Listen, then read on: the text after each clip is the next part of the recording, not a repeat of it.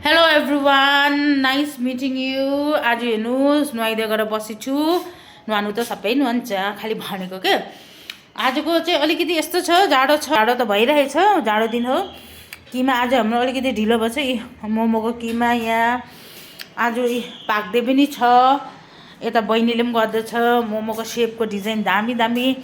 हुनु त यस्तो त सबले खाएको छ, तपाईँ पनि हेरिदिनुहोस् न, बहिनीले यस्तो मजाको बनाएको।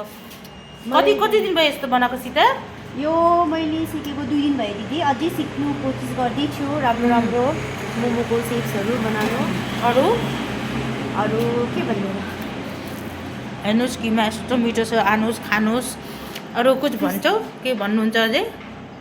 भन्नुहोस्। अरू भन्नु के भन्ने, दिदीको च्यानललाई लाइक सब्सक्राइब दिएर अरू के भन्छ, सेयर गरिदिनुहोस्। सेयर गरिदिनुहोस्। यस्तो यस्तोहरू छ बोल्नु नजान्ने। अब होइन, दोकानको अलिकति एरेन्जमेन्ट यतापट्टि फर्काइदिएको क्या अलिकति। यहाँ औँठी जलाउने। अब रास्तामा हिँड्नु मान्छेहरू हिँडिरहेछ।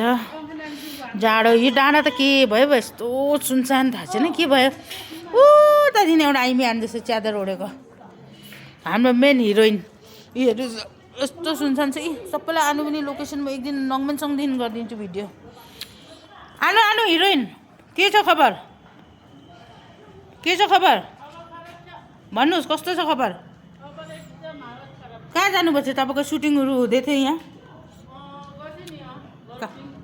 गोल्फिङमा के गर्नुभएको थियो? कस्तो गर्नुभएको थियो?